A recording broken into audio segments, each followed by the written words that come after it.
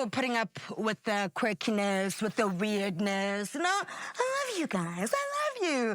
And I want to welcome you to episode 8. And you know, we are in our new venue. And I've got some lovely ladies with me. You know I only deal with the lovely ladies. So today we've got Miss Amo. And we dragged her from her normal life to come here. So be nice and be thankful. Huh, my cutie? And we have Miss Prudence over here. How are you, my darling? I am awesome. And happy to be here. Yes, we're having the cutest chats before the cameras went on. Okay, the chats weren't cute, but you know, you laugh at your pain. Yes. You laugh at your pain. You laugh at your pain, and also you just see different people living the same sort of situation and just how it pans out differently as well, which I also think is just a huge thing in our industry. You look at somebody who maybe has the same career path as you, maybe you guys are the same age or you study at the same time, but you guys are in different spaces in your career, you know, but you're all doing the same thing. You're all doing the same thing. So let's get into it. This is the final episode, so I want all of your energy. I want all of your smiles. And I'm just thankful for you guys to be here with me today, man. So I want to ask you, if you could switch lives with a character for a day, a character that you've played, a character that you've written in your head, or a character that you've seen being portrayed by somebody else, who would it be and obviously why? You. Honestly speaking, this might sound quite off the bat, but it has to be Maria from the musical The Sound of Music. Yes.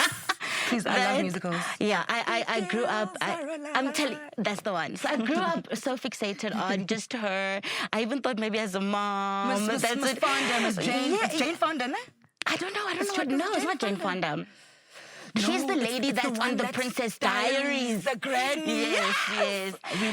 If I could be, I mean, coming out from being a nun to being, you know, the governess to having the kids, I think that's... I would take that any day. Yeah. Okay. So you want to be in the Sound of Music, or you want to be a Princess Diaries girl? No, Sound of Music for sure. Bro, for sure. Running through those hills. The hills with the kids in song and a guitar. Is that not like the dream? That is the dream. I was watching an episode of Amazing Race, and that's where they were. And I was just like, the minute they show the landscape, I'm like, I know this. Hills are alive. It's like, this is my childhood. Yeah, Very for sure. Mary Poppins vibes. For sure, I hear that. I think also maybe I could be a little bit fixated on that because the time then was different as well. It wasn't, we weren't big on like social media and it was just a more authentic, organic life. Yeah. So you appreciate just the song and just family. So that would be my ideal character to be. Okay, and for you, baby?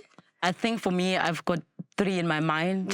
First, it's Viola Davis. I've read her autobiography, and when I read her book, I saw myself. I saw my life, where I come from, to where I'm at, and the way she's able to move from being a diva to being this woman who can kill, to being this mother, to being this, oh God. Though we are that every day, especially as women, there's a lot of characters we play. But the way she's able to take out those nuances for each and every character so perfectly. From your life and stuff like that, Yes. And then, I love guns. Yeah. Guys. I just want to be in an action movie. Like Salt. I want to be an action Salt, star, Mr. and Mrs. Smith. My God, that's me. Well, I've done a lot of gun training. This year I was just supposed to do my license, but I was like, let me hold back. There are things that are not allowing me to go that direction. I don't want to have a gun in my disposal also. But I love guns. And I move in characters of Gibe Princess, then this princess can carry a gun as a fighter. Because also I've been doing martial arts. I've done kickboxing and all of that. Okay. And every time I tell people are like, stunt girl. you and that, I feel like in my previous life, I was a warrior princess. And when I look into those characters and I watch those movies, I see myself. Okay. Yeah, I think it's that. Then another lady from South Africa who when I watch her life, Winnie Madikizela Mandela, she's power. She stood for truth. She stood for what she believes, and she never backed down until her last day. For me, she speaks to me in a way. Yeah. Spoke for a nation, man. Spoke for a nation of women who knew that speaking up was going to get them crucified. And she was just like, I'll take the hit for us, guys. Yeah. Let's go. And the intelligence, I always say it is beautiful to be beautiful outside, but how about also starting from inside? Then it oozes to what already outside. Yeah. Do you think any of like your cultural experiences or how you grew up affects the way that you act, or it plays into the way that you act? Yes, it does, but I've learned to overcome it because I'm Zulu. Yeah. You don't look at a man emehlweni when you speak to them. You don't do this or boyebo baba and all of those things. We grew up seeing it at home, where my stepdad actually, because my dad wasn't really present, but my stepdad, I would watch my mom before my stepdad comes into our home. His bath is ready, his clothes are ironed, his food is ready. All he would do is sit and just read the newspapers. For me, when I looked at it, I was like, I don't want this. Yeah. But because you grew under it, somehow in your subconscious it's there. Then I went to multiracial schools. At school they say, look at me in the eyes when you speak to me. At home they say, this child is disrespectful. You know, why do you look at abantu abadala in the eyes when you speak? And you're caught up in between this thing. So when I started acting, because I studied at UT, the critics that I always got, why do you always look down? Are you lying? Why are you? And I'm thinking, I'm not. I was told you don't look at adults in the eyes and you don't call them by name. And now I have Debbie Luchter, who's my lecturer, and everyone is calling her Debbie Luchter, and she's older. And now I'm thinking, Mama Debbie.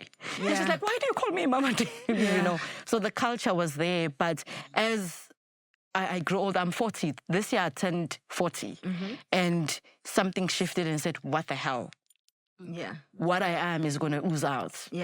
Because I've been lying for a very long time, being what I was taught, falling into boxes that I knew that I was fighting to get out of. And this year I was like, this is me.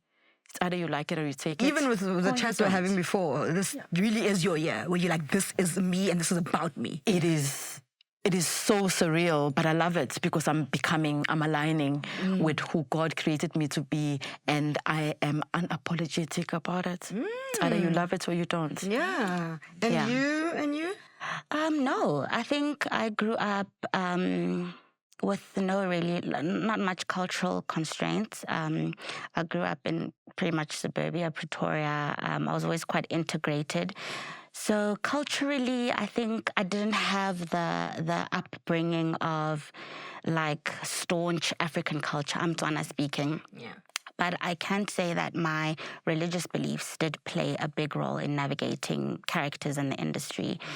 I think when I found myself now having to take on certain roles that would need me to compromise my values. So I'm a PK, let's just clarify that again. What's a PK? So it's a pastor's child. Yes. Okay. So that started becoming quite difficult. But beyond being a pastor's child, my own beliefs and my own just spirituality, that's what then started becoming difficult and had a big influence on moving forward. And so I think you didn't want to do the nudity, you didn't want to do the sex, and that's it. That is it. I didn't. And as a woman, once you kind of say that, the doors are closed. Yeah, especially if you look like this, like, bro, sex sells and you're going to sell. So what are you talking about? Yeah, so culturally, no.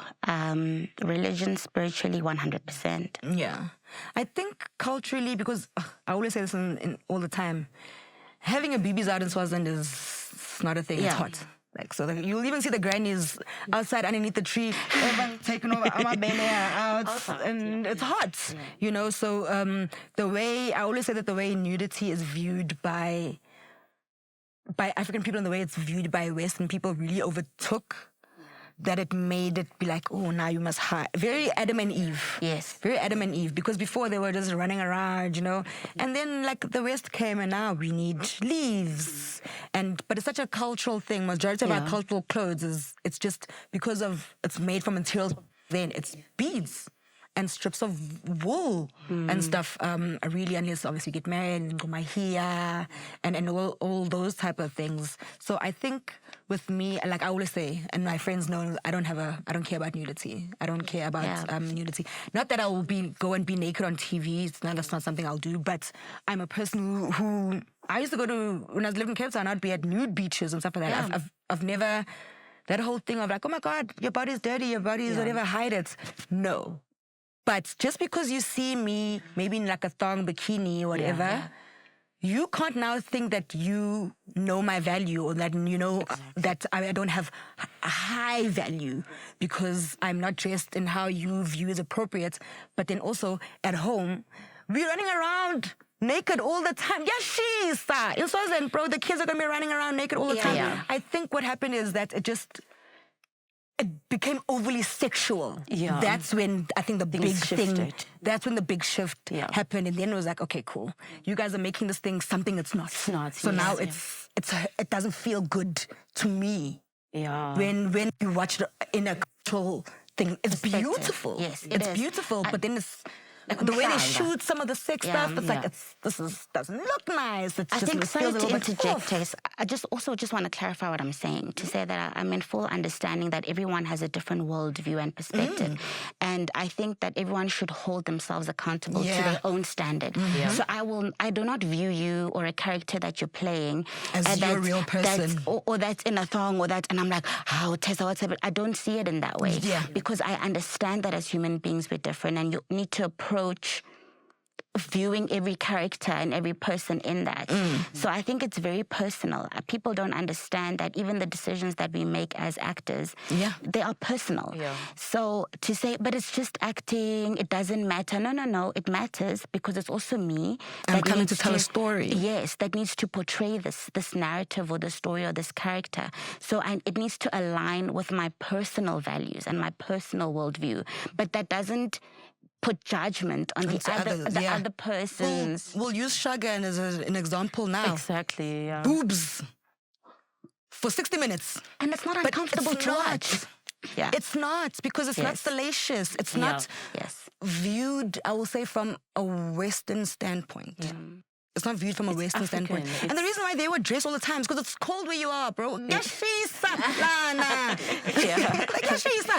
also just to add on is that when you say, as I became a Christian in 1999, and also the same thing of you are an actor and you're a Christian also did clash for me, because you will be judged. Yeah. But when I was a kid, at home, I was that child who was always dancing in a mirror naked.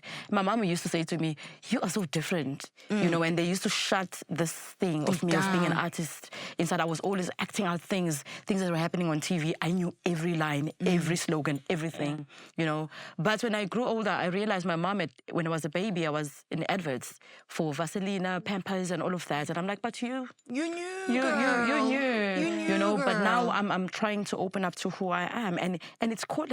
That thing calls you when you're little, and they'll always shut it down when you have imaginary friends. You're acting out like, this child needs prayer, this child needs. But now, as we grow up, and you with child psychologists and all that, you realize that it's a good thing that your child has an imaginary friend. It shows that your child is smart, and your child can see things that aren't there and can visualize. And so now we learn like, hey, these things are actually good for us. Well, God spoke things out of nothing. So if a child is seeing something out of nothing, isn't that being godlike? Yeah. And have you ever had a role that, you weren't even planning to go to this audition, or you don't even know what's going on, but this role found you? Have you ever had a role like that where and rather than you going to look for it, found me. I had one which almost found me last year. I was just going through my emails, and then I see this casting director for The Children of Blood. It's still coming. They're shooting it this year. They're like, no, they've been based on a looking book, no? for me. Yeah, it's based on a Yes, book, a this Nigerian Nigerian, writer. And they said they found me somewhere and they wanted me to audition for it. And they've been looking for me because before I was with Elysians, now I'm in Contractors. So they tried to find me from Elysians. Elysians told them that I was with Contractors and they said they wanted me to audition. And my agent was asking me, they haven't done South African auditions. How did you know this? I'm like, I don't know. Yeah. They found me somewhere. They didn't even specify where they found me. God, for me, even just auditioning, I didn't get it. Tusombedu got the role, that character I was auditioning for. Yeah. But I was also, when she got it, I was like, she deserves it, you know. But the fact that they found me They somewhere, saw something, yeah. I was like, I made it. Mama, Yeah. I made it. Please call my mom and tell her I made it. And I also feel like in scenarios like that, especially when they do try and find, like, come and find you and all that stuff, they're like, okay, she doesn't specifically fit for this, but there's just something about this woman. So the next time we're writing, the next time we're doing this, just let's have a picture here in the corner and let's see where we It can. was the second time that happened with an international casting director. When Tasha Smith was here for a workshop with Actor Spaces. When she was having the workshop, she kept on asking questions, and I'm a speaker, I speak. Yeah. So I was answering some of the questions. Then she kept on saying throughout the workshop, there's something about you. There's something about you. Then they had this thing or radio show that they had, Vilegazi Streets, and I went there. Then she calls me, she's like, there's a movie that I'm doing. This character that I'm doing, the main character is you. I've seen you in that character. And then she tried to connect me with because she came through Access Spaces. Yeah. And the person was supposed to connect me with them, kind of like Bluetoothed me, and then they blocked me. You're talking about gatekeepers and those type of things. And I cried, but then now when I sit and look back, I wasn't ready for that character. Person-wise, emotional-wise, and maturity-wise, I wasn't. But the fact that someone said, the character that I had, I saw you in it, says there's something in me. I've always known there's something in me. Yeah. They just confirm what has already been there. I just have to grow in my confidence, which I'm there now. Yeah. And I'm like, now I'm open to receive. And every day when I do my affirmations between 3 and 5. It's my prayer and affirmations time and stillness. Now I know I'm ready. So I welcome them. Yeah. They must come now. Yeah. Yeah. Wow, yeah. Whenever it comes to like the 3 a.m. praying, I always allow, are you going to wake me up or not? Wake me up. Yeah. Then unless it's a planned sort of thing. But it's always I like... do an alarm every day. Also, day. It's like, you know, when you wake up, just read a little something that doesn't have to do with social media. It doesn't. So I just like read a little scripture on my book because I'm trying to learn the Bible. And it speaks, eh? So the more just you do read, it, it speaks. Just read a little scripture, and also just like from different versions from different people, because I always feel like, you know, a written word can be construed to whatever the person who's reading it wants the message to be. So you gotta like read it for yourself and like, what do I think is being said here? What is this message kind of saying? It's all to me? subject to interpretation. Yeah, at so the end of the day. it's always like the way to start my morning. I felt. And you, has anything ever found you? Yeah. So I haven't done much in the industry. I was on a soapy for almost 10 years. After I left that, I went on a bit of a hiatus. I deleted my social media completely. I checked out. You know, I was like, I need to just re-strategize this whole thing. That's when I got a call from my agent saying, look, there's people that have been looking for you. That was Salamina and Stefina. For their film. We did Salamina. Yeah. We did it. Yeah. So, but I mean, it went by the book. I auditioned. But she was saying, look, they've been looking for you for some time. They say that you've deactivated your social media. They can't even DM you. Like, you're off the radar, basically. So during this time, eventually they find who my agent is. Even them, I hadn't spoken to them in a while. So they're like, what's happening? Go. They want to see you. They've been looking for you. So it was one of those where I went in, I auditioned like everybody else. So please don't think I got there and it was handed. And but also, what's wrong with that? Yeah. They've seen the performance that they're looking for, and they've seen you, so that it's just like, this was kind of, even when this was written, or when you spoke about this, everyone, when we said your name, everyone was like, Nazo. I also believe in a certain level of fairness. I mean, 100%. if I was a producer in that space, as much as I would write a character and see you there, I think I would be open enough to also explore maybe others, just because of the ecosystem of the industry, just how it's set up at the moment. Because you'll see they'll be like, we're looking for someone like John. John. Yes. I'm John. But you're going to be front of mind because you're on screen, you understand? So automatically when you are a player in an ecosystem, as a writer, I would think, I could be wrong, you would be front of mind, like, oh, I've got this character, oh, I think Tessa's good for it, oh, I think, unlike me opening it up to be like, as much as I see you, there's a plethora of actors out there that are not working, that could also be, you know, but it doesn't take away from also the beauty of just writing and saying, I see you in it, come for it, let's do it. Yeah. I don't know how to word it, but you... What's the most surreal or like unexpected moments maybe that you've experienced on set, or even if not on sets, but just in this acting world? Yeah. You just told us, Tasha. Yeah, that's what I'm thinking. That was the one, and even very with unexpected. them finding me was like, okay.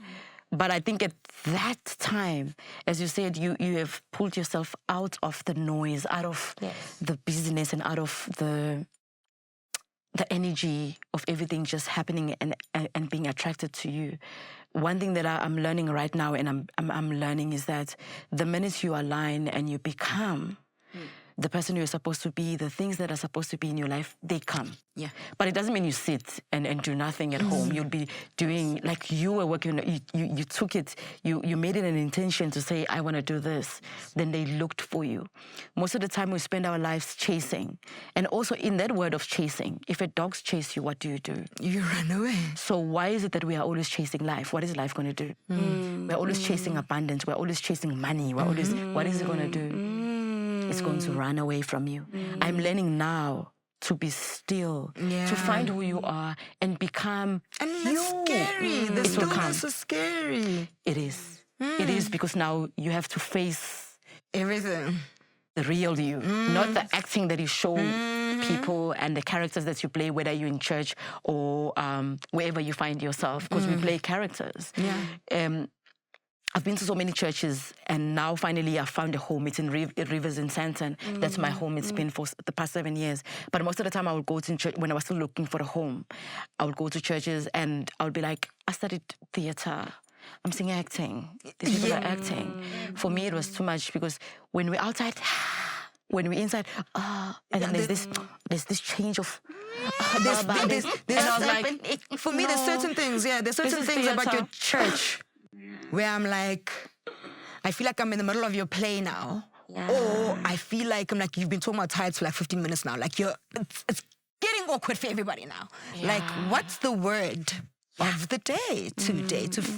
You know, understand? Because the word does the work. Yeah. When the word is done correctly with intention of what God intended it to be, people want to give to people when they're home, and they won't even have to give when it's giving time. Yeah. You'll do it where you find money, like, let me give. Yeah. You understand? You'll give an amount where you're thinking, what am I doing? Yeah. You know, because the word does the work when ule. Yeah. You understand? I always say there was this guy, I don't even remember who it was. They sent me a message to ask me, you know, I've studied at church. What's the way of me bringing in people? And I said to him, that church wasn't built by God, because you wouldn't be asking me that question. Yeah. If the Holy Spirit told you to open the church, he was going to bring people already. If you are looking to go find people and advertising to go find people, it is not from God. He will bring the people, because the word that you speak speaks to people. You understand?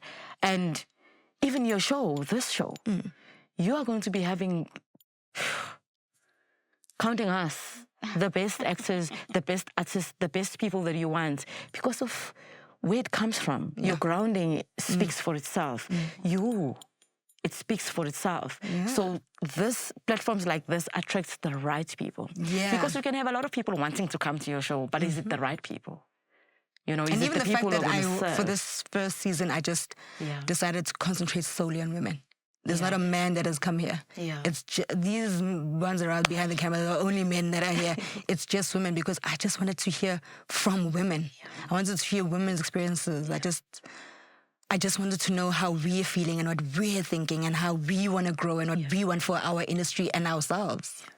Did you ever have a moment on set? Not at all. But also, it's no offense in any way, in any regard. But like you said, you worked on a soapy. Yeah. A soapy is just, it's very. Yeah, the same. Yeah. It's not repetitive, like kind of the like show, obviously the episodes are not repetitive, but you have to be here at 7 and it's very very repetitive and also very you know that the cameras, because it's a two-dimensional. Yeah. There's the cameras here. It's not a camera there, a camera there. So you always know that. Still predictable. Yeah. Shoot multicam. I mean, I don't think that's really why I haven't had any like out of this world kind of experiences. I think it's just that like I haven't really explored the industry in that way, and even after leaving the soapy, I had no zeal to go in here. Exactly that. So by her hair, we made it. So by virtue of that, I think you can't have extraordinary experiences in a place that you haven't, in an industry you haven't plugged yourself into. So you said you had deleted social media, but do you use your platform to highlight any social issues and all that? Because I feel like, especially in the climate of the world, the social issues are... It's even overwhelming how many wrong things are happening and how it's overwhelming. So and it's always this thing of, oh, you know, you're an actress, you're famous and all that, so you had to use your platform to talk about what's going on in the world. Is there something that you believe and you think? And oh gosh, I hope this is such a slippery slope, because I definitely think that everybody should speak about the injustices that go on into the world. But I feel like because we have platforms, there's high expectations of us to speak about the political climate of the world and the social issues that are going on. I don't think anybody has to do anything. Yeah. So I am on social media, but I'm not as active as, you know, I was in the past.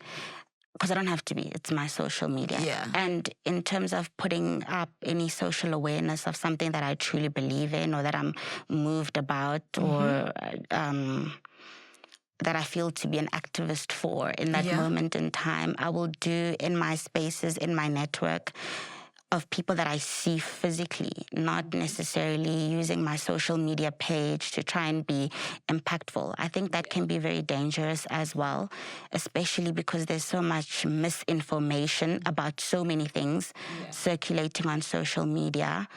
I would rather not, you know? I also think, not that it's an excuse, but I also think that it's just be like, people with maybe 9-to-5 jobs, whatever, who are like, okay, well then you guys deal with these social issues. Because my thing is, you as an individual person, how you deal with social issues, how you work through life, that is the biggest impact that you will ever make. Yeah. Besides posting online and stuff like that, how you conduct yourself is the biggest thing you'll ever make. 100%. It's like, oh my God, Amo's not posting about this, Amo's not posting about that. Amo's doing stuff in the background about it. You are online, busy saying, oh, Amo's doing this, Amo's not doing that. How are you when in your house? Yeah. What are you doing? And those that know us know, you know, I'll actually tell you, Tess, for free, I actually work for one of the biggest NPOs in the country at the moment. If you know, you know. Do you know what I mean? But it's not something I've ever posted on my social media because I don't find that impactful. I find it impactful for me to be there, volunteer my time. I don't get a cent out of it, mind you. But maybe the philanthropy of it is what's fulfilling. But I don't need to put my opinion out there about it. I know what I'm doing about it. Yeah, so because if your thing is to post about it all the time, that's the way you feel like you're making an impact. Yeah. So why are you then looking at the next person to be like, why are you not doing it the way I'm doing it? Yeah. Are you feeding the homeless? No, but you're posting about it. Yeah. Something's I don't like doing that. You'll never see me, we did some clothes donation and stuff like that, stuff to matric girls, stuff to women going to meetings and girls and stuff like that. You're never going to see me post it. Yeah. You're just never going to... And it's something whenever I always do wardrobe cleanse, I'm always going to find a woman in child's shelter. Yeah. And I'm just not going to post about it. It's just, I feel like maybe if the current job at the time, maybe a company has decided, like you said, your company has decided to bring people together to do this and they want eyes on it. Yes. That's a completely different thing. Yes. But if when you're like, oh, I'm this good person, I do charity, but it's always with the camera. It's not, it takes away. I think for me on my side, I speak not about giving to the poor and stuff. One thing that I always speak about is not giving up. One thing I speak from my life experiences, that in life, see beyond where you are.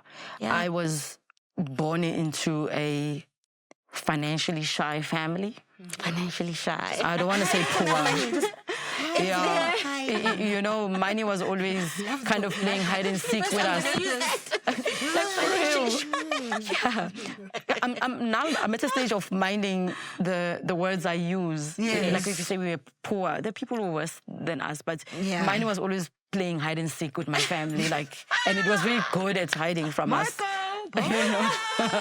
You know. So, but everything that I've always wanted, I knew then that I was, and I knew then that I wanted and I'm going to get, like big houses, property. I love being in the space of owning properties and stuff. And I did finally find my first property. It's paid off and all of that. But I knew that when I was still in that umbrella of the shyness of the mullah, you know. So I speak about those things to say to people, where you were born into, it wasn't a choice. Yeah. But where you go, it is a choice, especially after 18. Yeah. It is a choice. The family you were born into is not a choice, but the family you build is a choice now for yourself. The whole blood is thicker than water. Yeah.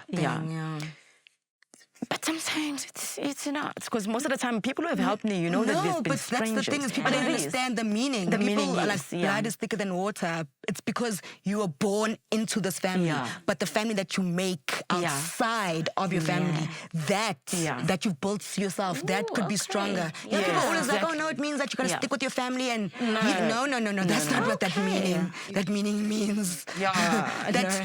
It's thicker than water. Yeah. That water is the relationships that you've made. Like you just said now, people are not in your family. The ones who are helping you. And then, Sometimes you'll find family outside family. Yeah. Then, because we have these problems as families grow up, either sisters, they don't speak, mothers and aunties don't speak. And also and the then maybe when weird you're older, thing. then you'll get to the point of now understanding, why were we fighting? You even realize that we're this fighting for weird nothing. thing, like of like the daughter and then the mother and the aunt who are not going to get along because it's women in the house, or the mother now hates the daughter because she's pretty, and just all these Those things were planted. Yeah, definitely, all these weird dynamics that came from the hell. Definitely. I'm taking a lot of vocabulary. Because even with the father and the son, now it's a competition. A dog. So even these beliefs, people speaking words that we subconsciously believe, then the universe will bring proof of what you believe. Yeah. And if we believe as a collective you want a BMW, all of a sudden you're seeing BMWs. Oh my God. That car thing is always weird though. After you buy one, after you buy a certain car, you're like, then you start seeing it's like buy one, get one free. And you're like, I wasn't seeing this car before. There's this little South African girl on TikTok. I always get upset myself. I don't remember her name. I remember her video. But her whole thing is history. Yeah. African history, South African history, and from colonizers and all that stuff. And she was telling us about a letter that's King Henry. Do not quote me. One of the kings was communicating with, because they came in with their boats and they just. All of our shores. Yeah. And the king said to, I'll say his general, do not go to them and try and with the Bible. Yeah. And I'm talking about a letter that was written in Boma 18, Boma 17, the 17. Do not talk to these people about God because these people know who this is. Yeah. I get the whole thing. It came on that book came on a boat. So. No, I don't mean it like that. But I mean that I know what you mean. People have this thing of like Christianity only came to us when people told us about it. And I've never believed that. Was always there before. There's no way that God is going to decide, I'm not going to speak to all my people. He's going to find a way to speak to you. Yeah. Whether it's on a bush that's burning or whether you're walking, because most medicine comes from Africa. How did this random man walking know that this is going to help you if you chew it? My grandma used to do that, man. Something spoke to him and told him, grab that thing. So that's a huge belief of mine. But what I was saying is the letter said, do not try to teach these people about God. You're the wrong. They are deep in with this person. The only way that you're going to win against them is to separate them.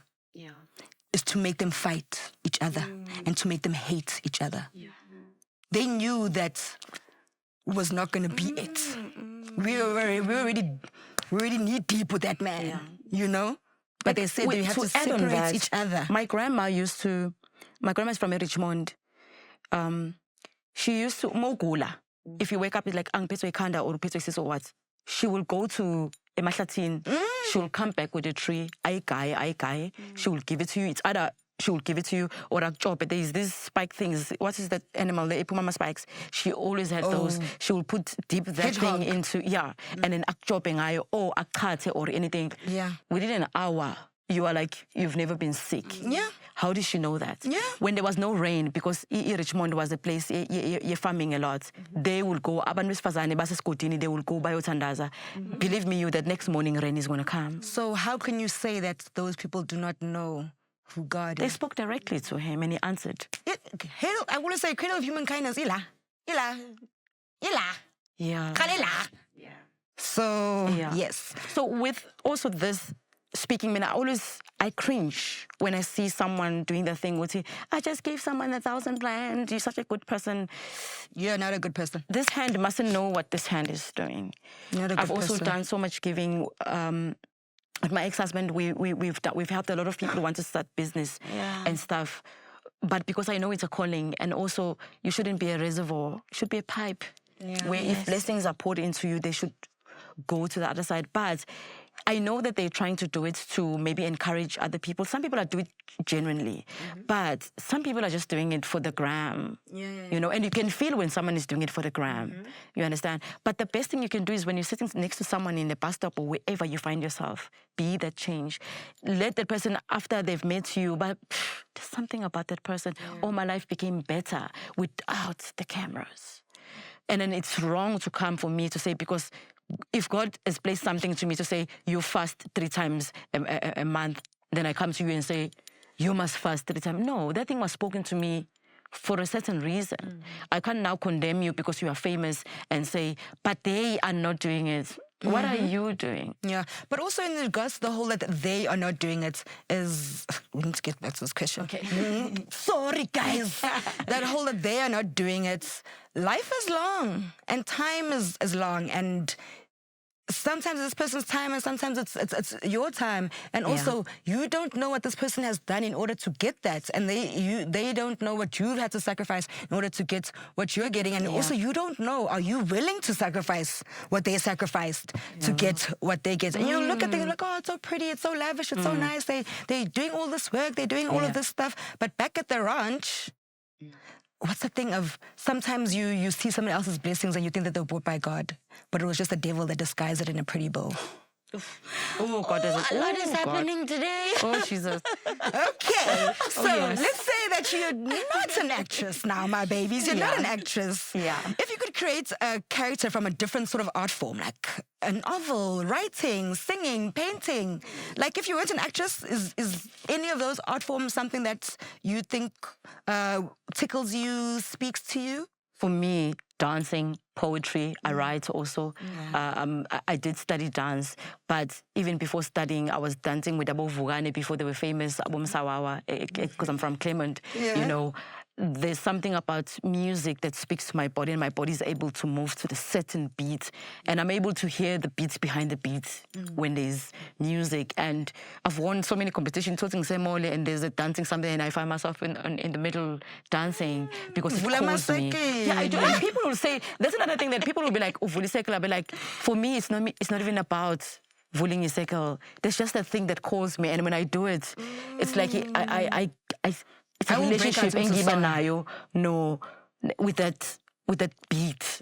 And I move in a way and people will be like, did you see the move you did? And I'm like, I didn't see no move. I was just having that thing that we're exchanging with the music, and my body expressed this in a way, whichever way. And then people are like, do that dance that you did. And I'm like, I don't know what I did. You know, so for me, dance. Video. I don't know. Yeah. So when I see videos, and I'm like, oh, wow. You know, Look so at I'm me always moving. dancing Is with that my me? kids in the house. I'm always doing that thing, expressing myself through that, and then spoken word and written word. In marriage, I forgot that part of me. And this year, I'm waking all of those part of me. I forgot the part of me. And I put it, you know, you kind of like you put it in a suitcase and say, let me build. After what you told us, I understand why all those things were in a suitcase. Right? Yeah. You had a lot on your plates. They're telling us to stop hanging out with each other, guys. Yeah. But I will ask this: if you could collaborate with a historical figure, a person who's not here anymore, on a project, do you know what project you'd want to do, and do you know which person you want to do it with? Ha ha ha. Ha ha ha. Historical Your person's figure. alive, so no Sound of Music for you. I'm like, well, what musical am I going to do? You know, I With will. me, I think I will choose Jesus Christ and have a show Yeah. where people can walk on water and have it on stage. Yeah. And do all those miracles when people, know things what's happen funny? while the audience is there. My mind also said, the first thing that came to mind was also Jesus Christ. Like, I'd love to, Jesus Christ is meet king. him. I'd love to meet I'd him. love to ask him so many questions. I'd love So to meet many. him, but yeah, I think that's the first from historical figure. You want to hang out with Jesus and his disciples and just figure out what's not the going disciples, him. Because the disciples are like me. Do you know what I feel? I will say because fire. like as much Have as fire on like the I'm people when they do a something Jesus wrong to girl, me. I'm also an ancestor girl. I feel like it's very linked. Yeah. And I feel like it's linked because I think Jesus is my ancestor. If we're all made in God's image, he was my brother before he's my, right? Yeah. So, and I also feel like our disciples are our ancestors, where God was like, hey man, we need a team for you. You need them. Like your brother had a team. He had a team of 12. So now you need a team. So I think I'm just gonna use the people who are in your blood anyway and who you recognize. Because you know sometimes you'll dream about something, you're like, oh, I dreamt Ukoko said this and this.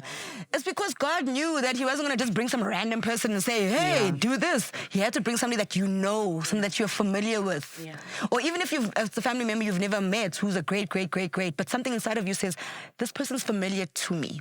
So this message is not a message of malice. This is a message that's coming with goodness. You know what I mean? So yeah, I definitely think that God definitely has a team for every one of us.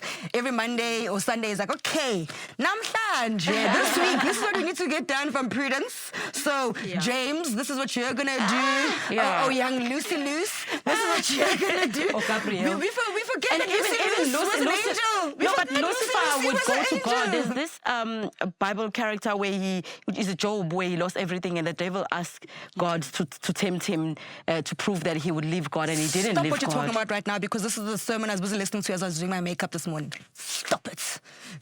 I You love understand? how So this Lucy went Luce- from being a podcast about acting and our journey and Guys, I'm inspiring sorry, the I'm new only to a lecturing complete you guys. religious. I'm sorry for going that direction, but I'm not sorry. I'm not sorry, actually. No, I'm you not. should flow with I'm not sorry. out of the abundance of the heart. The mouth Yeah. speaks. So that clearly that's what was supposed to happen today. Yeah, It's so yeah. interesting. But Lucy Luce do go to God in the team to ask, And God is like, no, I will tempt her and see. Like God is the one who says, I've already got a victim for you. Yeah.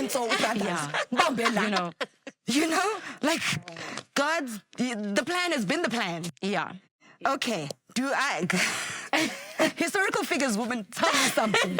Yeah, we got Martin Luther the same King. person who just... Let's think of something quick. God, you know. But I also think like Einstein. But I also think like with just the more you grow as a person, you tap Yeah. into yourself more. I think Yeah. maybe that's why a lot of us have become a little bit more religious, a little bit more spiritual, because you just course. tap into yourself more, you tap into the quiet more, and Yeah. also you just Of like course. all these things and all this noise and all this things that I'm seeing, it's just not for me. And also with social media, you will see this person living this amazing life, and they're also posting about Jesus and stuff every day, and you're like, Jesus, when is it my turn and all that? But as I said, you do not know how this blessing arrived. You do not know how this blessing arrived. You do not know what was compromised. So and especially, like I always say, I've said this 1,000 times, this job is such a spiritual job, it's such a emotional job, it's such a, you have to love this job in order for you to carry on. Like I fell out of love with this. And because I'm out of love with this, I know I can't give it my best. So I have to remove myself from it until I love it again, or until there's another way. Yeah, so ladies, obviously you guys want to do a movie with Jesus Christ. So we'll see how you guys are going to get that done. Watch the space. We will, right? Yeah. But yeah, as I was saying, I think the older we get, the more we know ourselves, the more we want to cancel out the noise. You get deeper in your religion, you get deeper in your spirituality, you get deeper in your higher power. There's a shift inside of you where it's like, okay, the person who's controlling what's going on in this universe, let me see how I can tap in to. Because I always say that the jobs that you have is the gift that God has given to the world. 100%. Yeah. Spiritual. Yeah. I 100% agree with you when you say that. Okay, Mama, awesome tenders. Thank you so much for, this is the last episode. It was just full of such good energies, just such you guys are such a good light, and told you lots of giggles. You're going to be giggling a lot, yeah. So yeah, ladies, thank you. And I just know that whatever paths you have, whatever dreams you have, and whatever shifts that now happen in life for the new you, it's going to be beautiful. Yeah. It's going to be amazing. And yeah, what do they say? I didn't say that there weren't going to be trials and tribulations. I just say they're not going to succeed. Yeah. So I always have to come back to that, like no matter how hard it is, and it's just, especially like if you're trying to be a good person and trying to do things in the right way. Because I always say, when you get to heaven and that man pulls out his book and asks you about yourself and asks you to answer for yourself, you better be ready. Because whatever excuses you can tell people here on earth, there's not excuses that you can tell him. He knows your heart, literally knows your heart. So, yeah, my girls, thank you. Thank you so much. Thank you.